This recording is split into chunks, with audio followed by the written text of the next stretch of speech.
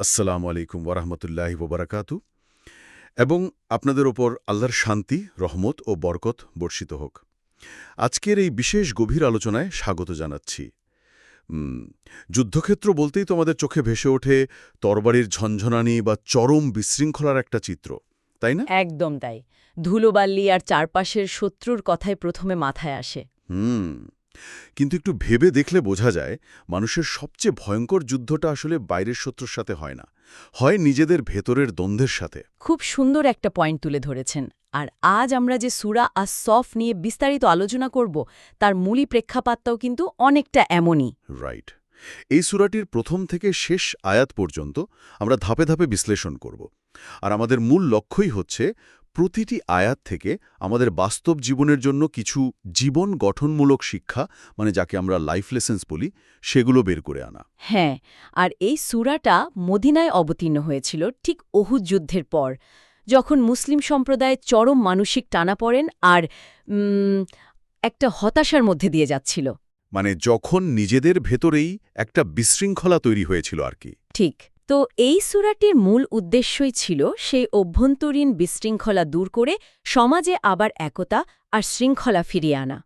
মজার ব্যাপার হলো এটি মদিনায় অবতীর্ণ হলেও এর সুর অন্যান্য মাদানী সূরার চেয়ে বেশ আলাদা। ও আচ্ছা, তাই নাকি? আলাদা কেন? কারণ মক্কার সূরাগুলোতে সাধারণত তাওহীদ বা আখেরাতের কথা বেশি থাকে, কিন্তু এটি হচ্ছে মুসাব্বিহাত সূরাগুলোর একটি, মানে যে সূরাগুলো সরাসরি আল্লাহর প্রশংসার মাধ্যমে শুরু হয়। এখানে সামাজিক আর আধ্যাত্মিক অখণ্ডতার ওপর খুব জোর দেওয়া হয়েছে। বুঝতে পেরেছি। তো চলুন সরাসরি প্রথম আয়াতে ঢোকা যাক। সূরাটা তো শুরুই হচ্ছে পুরো মহাবিশ্বের দিকে আমাদের দৃষ্টি আকর্ষণের মাধ্যমে। বলা হচ্ছে আকাশ ও পৃথিবীতে যা কিছু আছে সবই আল্লাহর পবিত্রতা ঘোষণা করছে। হ্যাঁ, আর এর পেছনের ভাষাতাত্ত্বিক কারণটা কিন্তু খুব গভীর। মূল আরবি শব্দ সাব্বাহা এখানে অতীতকালে প্রয়োগ করা হয়েছে। অতীতকাল, তার মানে তারা আগে থেকেই প্রশংসা করছে। একদম ঠিক। মহাবিশ্বের প্রতিটি কণা, এই যে গ্রহ নক্ষত্র, এরা আগে থেকেই এক অসীম স্রষ্টার প্রশংসায় মগ্ন। অনন্তকাল ধরে তারা নিখুঁতভাবে এই কাজ করে আসছে। সুবহান আল্লাহ, সত্যি অসাধারণ। এর সাথে স্রষ্টার দুটি নাম এখানে ব্যবহার করা হয়েছে, আল আজিজ মানে মহাপরাক্রমশালী এবং আল হাকিম বা প্রজ্ঞাময়। রাইট, ক্ষমতা এবং প্রজ্ঞার একটা নিখুঁত সমন্বয়। এর মানে হল স্রষ্টার ক্ষমতার কোনো অভাব নেই, কিন্তু তার প্রতিটি নির্দেশের পেছনে আবার রয়েছে অসীম প্রজ্ঞা। কারণ শুধু ক্ষমতা থাকলে তো সেটা প্রজ্ঞাহীন ক্ষমতা তো ধ্বংসাত্মক হতে পারে, আবার ক্ষমতাহীন প্রজ্ঞাও কোনো কাজে আসে না। ঠিক তাই। কিন্তু এখানে আমার একটা খটকা লাগছে। ধরুন পুরো মহাবিশ্ব যদি আগে থেকেই একটা বিশাল ঐক্যতান বা সিম্ফনির মতো নিখুঁতভাবে আল্লাহর প্রশংসা করে থাকে, সেখানে মানুষের আলাদা করে যুক্ত হওয়ার দরকার কি? মানে আমাদের অস্তিত্ব কি খুব ক্ষুদ্র, এই তো? হ্যাঁ, একটা বিশাল অর্কেস্ট্রায় যেখানে কোটি কোটি গ্রহ নক্ষত্র বিনা বাক্যব্যব্যয়ে সুর মেলাচ্ছে, সেখানে মানুষের এই ক্ষুদ্র অস্তিত্ব কি আসলেই কোনো পার্থক্য তৈরি করতে পারে? আমাদের আচরণ তো এমনিতেই বেসুরো। হা, বেসুরো বলেছেন ঠিকই, তবে পার্থক্যটা আসলে আকার দিয়ে হয় না, হয় আমাদের ইচ্ছা শক্তি দিয়ে। ইচ্ছা শক্তি একটু বুঝিয়ে বলবেন কি? দেখুন, মহাবিশ্বের অন্যান্য উপাদান তো বাধ্য হয়ে এই নিয়মের কাছে আত্মসমর্পণ করেছে। গ্রহ নক্ষত্রের তো নিজস্ব কোনো স্বাধীন ইচ্ছা নেই যে তারা এই ঐক্যতান থেকে বেরিয়ে যাবে, তাই না? তাদের তো আর বিদ্রোহ করার ক্ষমতা নেই। একদম। কিন্তু মানুষকে দেওয়া হয়েছে স্বাধীন ইচ্ছা। এই বৈপরীত্যটাই এখানে মূল বিষয়। যখন কোনো মানুষ নিজের ইচ্ছায় তার সমস্ত অহংকার দূরে সরিয়ে সৃষ্টার কাছে মাথা নত করে, তখন সে আসলে মহাবিশ্বের ওই অনন্ত প্রশংসার মিছিলে স্বেচ্ছায় যোগ দেয়। ও ওয়াও! তার মানে আমাদের প্রাত্যহিক ইবাদত কোনো বিচ্ছিন্ন কাজ নয়? না, একেবারেই না। বরং এটা হলো মহাজাগতিক ঐক্যতানে নিজেকে মিলিয়ে নেওয়ার একটা সচেতন প্রক্রিয়া। এটাই আমাদের আজকের প্রথম জীবন গঠনমূলক শিক্ষা, আধ্যাত্মিক সংযোগ। খুব সুন্দর। কিন্তু স্বেচ্ছায় যোগ দেওয়ার এই ধারণাটা শুনতে যতটা আদর্শ মনে হয়, বাস্তব চিত্রটা তো একটু ভিন্ন। মানুষের এই যে বেসুরো হয়ে যাওয়ার কথা বলছিলাম, এর সবচেয়ে বড় উদাহরণ তো আমাদের নিজেদের কপটতা, কথায় আর কাজে মিল না থাকা। হ্যাঁ, আর ঠিক এই বিষয়টি পরবর্তী আয়াতে সম্বোধন করা হয়েছে। কোরআনে এমন একটা প্রশ্ন ছুড়ে দেওয়া হয়েছে যা রীতিমতো ধাক্কা দেয়। বলা হয়েছে, তোমরা যা করো না তা তোমরা কেন বলো? এটা তো আসলেই খুব তীক্ষ্ণ একটা প্রশ্ন। কোরআনের অন্যতম তীক্ষ্ণ একটি মনস্তাত্ত্বিক বিশ্লেষণ এটি। উহুদ যুদ্ধের প্রেক্ষাপটটা যদি একটু দেখি, কিছু মানুষ তখন তীব্র আকাঙ্ক্ষা প্রকাশ করেছিল যে তারা সর্বোচ্চ ত্যাগ স্বীকার করতে প্রস্তুত। মানে বড় বড় কথা বলেছিল আর কি। হ্যাঁ, কিন্তু যখন সত্যি সত্যি যুদ্ধের ময়দান সামনে এলো, তখন তাদের অনেকেই পিছু হটল। এই যে কথার সাথে কাজের মিল না থাকা, এটাই কি সেই অখণ্ডতার সংকট? একদম ঠিক। আর এই কপটতা দোধাইতেই মাকবুত বা কাব্বুরাম মাক্তানা শব্দগুলো ব্যবহার করা হয়েছে। ইবনে কাসিরের তাফসির অনুযায়ী এর অর্থ হল চরম বা তীব্র ঘৃণা। স্রষ্টার কাছে এই কপটতা প্রচণ্ড ঘৃণার বিষয়। দাঁড়ান একটু থামাই আপনাকে। সাধারণ মিথ্যে বলা আর এই কপটতার মধ্যে কি কোনো পার্থক্য আছে? অবশ্যই বড় পার্থক্য আছে। কারণ ধরুন, বর্তমান যুগে আমরা সোশ্যাল মিডিয়ায় দেখি মানুষ নিজেকে বিশাল আদর্শবান হিসেবে তুলে ধরছে। অনলাইনে নীতি নৈতিকতার বড় বড় বুলিয়া ওড়াচ্ছে, যাকে আমরা ভার্চুয়াল সিগন্যালিং বলি। কিন্তু বাস্তবে তাদের জীবনে এর কোনো প্রতিফলন নেই। এটা কি শুধুই মিথ্যা? এটা সাধারণ মিথ্যার চেয়ে অনেক বেশি ভয়ঙ্কর। সাধারণ মিথ্যা মানুষ সাধারণত বলে কোনো ভয় থেকে বা সাময়িক সুবিধা নেওয়ার জন্য, কিন্তু আদর্শের বড়াই করে বাস্তবে তা পালন না করাটা হলো আত্মপ্রবঞ্চনা। নিজেকে ধোঁকা দেওয়া। ঠিক। আধুনিক যুগের এই লোক দেখানো ধার্মিকতা বা পারফর্মেটিভ আচরণের ফলে সমাজের মূল ভিত্তিটাই কিন্তু নড়বড়ে হয়ে যায়। এখান থেকেই জীবনের দ্বিতীয় গুরুত্বপূর্ণ শিক্ষাটা বেরিয়ে আসে। সেটা কি? প্রতিদিনের ইন্টিগ্রিটি অডিট বা আত্মপর্যালোচনা করা। আমাদের বাইরের সামাজিক পরিচয় আর ভেতরের বাস্তব চরিত্রের মধ্যে যদি বিশাল ফারাক থাকে, তবে সবার আগে সেই শূন্যস্থান পূরণের কাজ করা উচিত। রাইট। লোক দেখানো ধার্মিকতা থেকে নিজেকে বাঁচিয়ে রাখা। তো এই কপটতা দূর করে কিভাবে ঐক্যবদ্ধ হওয়া যায়, তার উপায় কি? কারণ শুধু সমস্যার কথা বললেই তো হবে না, সমাধানের পথও তো জানতে হবে। হ্যাঁ, সমাধানটা পরের আয়াতেই দেওয়া হয়েছে। প্রতিষেধক হিসেবে এমন এক রূপক ব্যবহার করা হয়েছে যা মানুষের চিন্তা করার ধরনটাই পাল্টে দেয়। বলা হয়েছে বুনিয়ানুন মারসুস বা সীসা ঢালা প্রাচীরের কথা। সীসা ঢালা প্রাচীর মানে একদম সলিড দেয়াল আর কি? হ্যাঁ, আগের আয়াতে আল্লাহ কি ঘৃণা করেন তা বলার পর এই আয়াতে তিনি স্পষ্ট করেছেন তিনি কি ভালোবাসেন, আর তা হল ঐক্য ও শৃঙ্খলা। একটা বিল্ডিংয়ের ইটের উপমা এখানে খুব চমৎকার খাটে। একটা মজবুত দেয়ালে কিন্তু কোনো একটা নির্দিষ্ট ইটের আলাদা করে হিরোইজম বা বীরত্ব দেখানোর সুযোগ নেই। একদমই তাই। প্রতিটি ইট একে অপরকে শক্ত করে ধরে রাখে। রাইট। একটা ইট যদি একটু বেশি বেরিয়ে থাকতে চায় বা নিজের আলাদা অস্তিত্ব জাহির করতে চায়, সেটাই পুরো দেয়ালের দুর্বলতার কারণ হয়ে দাঁড়ায়। তার মানে এখানে ব্যক্তিগত অহংবোধকে মুছে ফেলার কথা বলা হচ্ছে। আপনি একদম সঠিক একটি চিত্র তুলে ধরেছেন। ইসলামে ব্যক্তি কেন্দ্রিক বীরত্ব বা ইগো প্রদর্শনের চেয়ে সামষ্টিক ঐক্যের মূল্য অনেক বেশি। এটাই আমাদের তৃতীয় শিক্ষা, সাংগঠনিক শৃঙ্খলা এবং সামাজিক সংহতি। দুর্বল ইটকে যেমন চারপাশের শক্তিশালী ইটগুলো সাপোর্ট দেয়, সমাজেও তেমনি আমাদের দুর্বলদের পাশে দাঁড়াতে হবে, তাই না? ঠিক। নিজেদের মাঝে কোনো ফাটল বা গ্যাপ রাখা যাবে না। কিন্তু যখন এই সীসা ঢলা প্রাচীর ভেঙে পড়ে, মানে যখন শৃঙ্খলার অভাব ঘটে, তখন পরিণতি কি হয়? পরের আয়াতে সম্ভবত এ বিষয়ে ইতিহাস থেকে কিছু দৃষ্টান্ত টানা হয়েছে। হ্যাঁ, এই পরিণতি বোঝাতেই মুসা এবং ঈসা আলাইহিসসালামের উদাহরণ আনা হয়েছে। মুসা নবীকে তার অনুসারীরা যে কষ্ট দিয়েছিল, কোরআনের ভাষায় যাকে আযা বলা হয়েছে, সেটা এখানে উঠে এসেছে। তিনি বলেছিলেন না, হে আমার সম্প্রদায়, তোমরা কেন আমাকে কষ্ট দিচ্ছ, অথচ তোমরা জানো যে আমি প্রেরিত রাসূল? ঠিক। এখানে তোমরা জানো কথাটার ওপর গভীর মনোযোগ দেওয়া দরকার।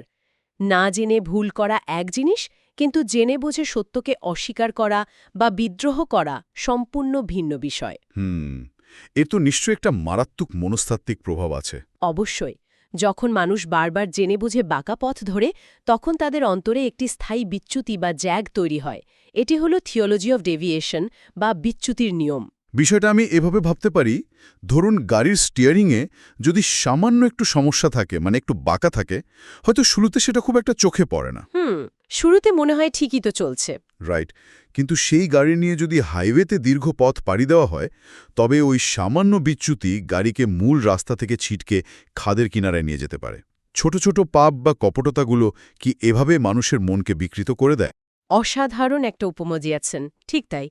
এই ছোট ছোট ইচ্ছাকৃত পাপ প্রশ্রয় পেতে পেতে মানুষের অন্তরকে স্থায়ীভাবে অন্ধ করে দেয়। আর এরপরেই আয়াতে ঈসা নবীর কথায় আসা হয়েছে, তিনি কিন্তু মুসার মতো হে আমার সম্প্রদায় বলে সম্বোধন করেননি। হ্যাঁ, তিনি বলেছিলেন, হে বনি ইসরায়েল। এই সম্বোধনের পার্থক্যটা তো খুবই সূক্ষ্ম। মুসা বলছেন, আমার সম্প্রদায়, আর ঈসা বলছেন, বনি ইসরায়েল। কেন এই দূরত্ব? কারণ ঈসার সময়ে মানুষ তার বার্তা থেকে এতই দূরে সরে গিয়েছিল যে তিনি তাদের সাথে আর আত্মিক সংযোগ অনুভব করতে পারছিলেন না। তাই তিনি তাদের জাতিগত পরিচয় ডাকতে বাধ্য হয়েছিলেন। ও, বুঝতে পেরেছি। অথচ তিনি কিন্তু তৌরাতকে সত্য বলে সাক্ষ্য দিয়েছিলেন এবং পরবর্তী নবী, যার নাম আহমদ, তার সুসংবাদ নিয়ে এসেছিলেন। আহমদ শব্দের অর্থ তো যিনি সবচেয়ে বেশি প্রশংসাকারী, তাই না? একদম ঠিক। অর্থাৎ প্রথম দিকে যে মহাজাগতিক প্রশংসার কথা বলা হয়েছিল, মানুষের মধ্য থেকে সেই প্রশংসার চূড়ান্ত রূপ হিসেবে তার আগমন ঘটছে। এখান থেকে আমরা আমাদের চতুর্থ শিক্ষাটা পাই। আর সেটা হলো সত্য যেদিক থেকেই আসুক না কেন, কোনো রকম জাতিগত অহংকার বা গোঁড়ামির ঊর্ধ্বে উঠে তা গ্রহণ করতে হবে। রাইট। কারণ অহংকার তো মানুষকে অন্ধ করে দেয়। ঈসার মতো এত স্পষ্ট বার্তা নিয়ে আসার পরও সে যুগের মানুষেরা তাকে জাদুকর বলে প্রত্যাখ্যান করেছিল। শুধু তখন নয়, এই প্রবণতা সব যুগেই দেখা যায়। সত্যের আলোকে নিভিয়ে দেওয়ার জন্য মানুষ যেন সব সময় মরিয়া থাকে। আর এই মরিয়া ভাবটাকে তুলে ধরতেই পরের আয়াতে একটা অসাধারণ রূপক ব্যবহার করা হয়েছে, মুখের ফুৎকারে আল্লাহর আলো নিভিয়ে দেওয়ার চেষ্টা। হ্যাঁ, আগের যুগের মানুষেরা যেমন করেছিল, আজও সেই অপপ্রচার অব্যাহত আছে। কিন্তু মুখের ফু দিয়ে আলো নেভানোর উপমাটা শুনলেই তো মোমবাতি বা প্রদীপের কথা মাথায় আসে। এখানে তো সাধারণ কোনো আলোর কথা বলা হচ্ছে না। না, এটা তো স্রষ্টার আলো। রাইট। এটা অনেকটা এমন, কেউ সমুদ্রের পাড়ে দাঁড়িয়ে এক টুকরো পিচবোর্ড দিয়ে আছড়ে পড়া সুনামিকে আটকে দেওয়ার চেষ্টা করছে, বা ধরুন মুখের ফু দিয়ে সূর্যকে নিভিয়ে দেওয়ার চেষ্টা করছে। হা হা, একদম। মিথ্যা প্রোপাগান্ডা দিয়ে আল্লাহর আলো নেভানোর চেষ্টা করাটাও ঠিক ততটাই হাস্যকর এবং বৃথা। খুব দারুণ তুলনা। আসলে সত্যের নিজস্ব একটা স্বতঃস্ফূর্ত গতি থাকে। অহুদ যুদ্ধের পর যখন মুসলিমদের নাজুক অবস্থা চলছিল, চারপাশে শুধু শত্রু, তখন অনেকেই ভেবেছিল এই আলো হয়তো নিভে যাবে। চরম একটা হতাশার মুহূর্ত ছিল সেটা। কিন্তু আল্লাহ গ্যারেন্টি দিলেন যে তিনি তার আলোকে পূর্ণতা দেবেনই, আরবিতে যাকে ইথমান বলা হয়েছে। বিরোধীরা যতই অপছন্দ করুক না কেন, এই আলো ছড়াবেই। আর ঐতিহাসিকভাবে তো পরবর্তীতে সেটাই বাস্তবায়িত হয়েছিল। হ্যাঁ, আর এটাই আমাদের পঞ্চম শিক্ষা। চরম হতাশার মাঝেও অবিচল থাকা এবং পূর্ণ বিশ্বাস বা ইয়াকিন রাখা যে সত্য শেষ পর্যন্ত বিজয়ী হবেই। এটা সত্যি আধুনিক যুগে আমাদের এক বিশাল মানসিক শক্তি যোগায়। কারণ এখন চারপাশে এত মিথ্যা অপপ্রচার, এত নেতিবাচক খবর, তখন এই বিশ্বাসটুকু রাখা খুব জরুরি। একদমই তাই। তো যখন এটা সুনিশ্চিত যে সত্য শেষ পর্যন্ত বিজয়ী হবেই, তখন স্বাভাবিকভাবেই একটা প্রশ্ন আসে, এই বিজয়ী দলে আমরা যুক্ত হব কিভাবে? আর সবচেয়ে আকর্ষণীয় বিষয় হল, আল্লাহ এখানে কোনো কঠিন দার্শনিক তত্ত্ব দেননি। তিনি মানুষের সহজাত প্রবৃত্তি বা ওই যে লাভ ক্ষতির হিসাব, সেটাকে সামনে এনেছেন। হ্যাঁ, তিনি রীতিমতো একটি লাভজনক ব্যবসার প্রস্তাব দিয়েছেন। ব্যবসায়ের আরবি পরিভাষা তিজারা ব্যবহার করা হয়েছে এখানে। স্রষ্টা তার সৃষ্টির সাথে ব্যবসার ভাষায় কথা বলছেন, এটা ভাবতেই তো অবাক লাগে। কতটা চমৎকার একটা বিষয়। আসলে মানুষের মনস্তত্ত্ব হল আমরা সবসময় নিরাপদ এবং লাভজনক বিনিয়োগ খুঁজি, তাই না? হ্যাঁ, যেখানে লস হওয়ার কোনো চান্স নেই। ঠিক। তাই আল্লাহ বলছেন, আমি কি তোমাদের এমন এক ব্যবসার সন্ধান দেব যা সব ধরনের যন্ত্রণাদায়ক শাস্তি থেকে রক্ষা করবে? এই ব্যবসার মূলধন হল ঈমান বা বিশ্বাস এবং নিজের জান ও মাল দিয়ে সর্বোচ্চ সংগ্রাম করা। মূলধনের বিষয়টা বুঝলাম, কিন্তু বিনিয়োগকারীরা তো সবার আগে জানতে চায় ডিভিডেন্ড বা লভ্যাংশ কি হবে। লভ্যাংশটা এখানে দুই ভাগে বিভক্ত। প্রথমটি হল পরকালীন বা চিরস্থায়ী লাভ, মানে ত্রুটি ক্ষমা করে দেওয়া এবং জান্নাত। আর দ্বিতীয়টা? দ্বিতীয়টি হল দুনিয়াবি লাভ। মানুষ তো তাৎক্ষণিক ফলাফল দেখতে ভালোবাসে, তাই বলা হয়েছে আল্লাহর পক্ষ থেকে সাহায্য এবং আসন্ন বিজয় বা ফাতহুন করিব। আচ্ছা, ঐতিহাসিকভাবে এটা হয়তো মক্কা বা খায়বর বিজয়ের ইঙ্গিত ছিল। হ্যাঁ, কিন্তু বৃহত্তর অর্থে এটি জীবনের প্রতিটি ক্ষেত্রে সত্যের বিজয়কে বোঝায়।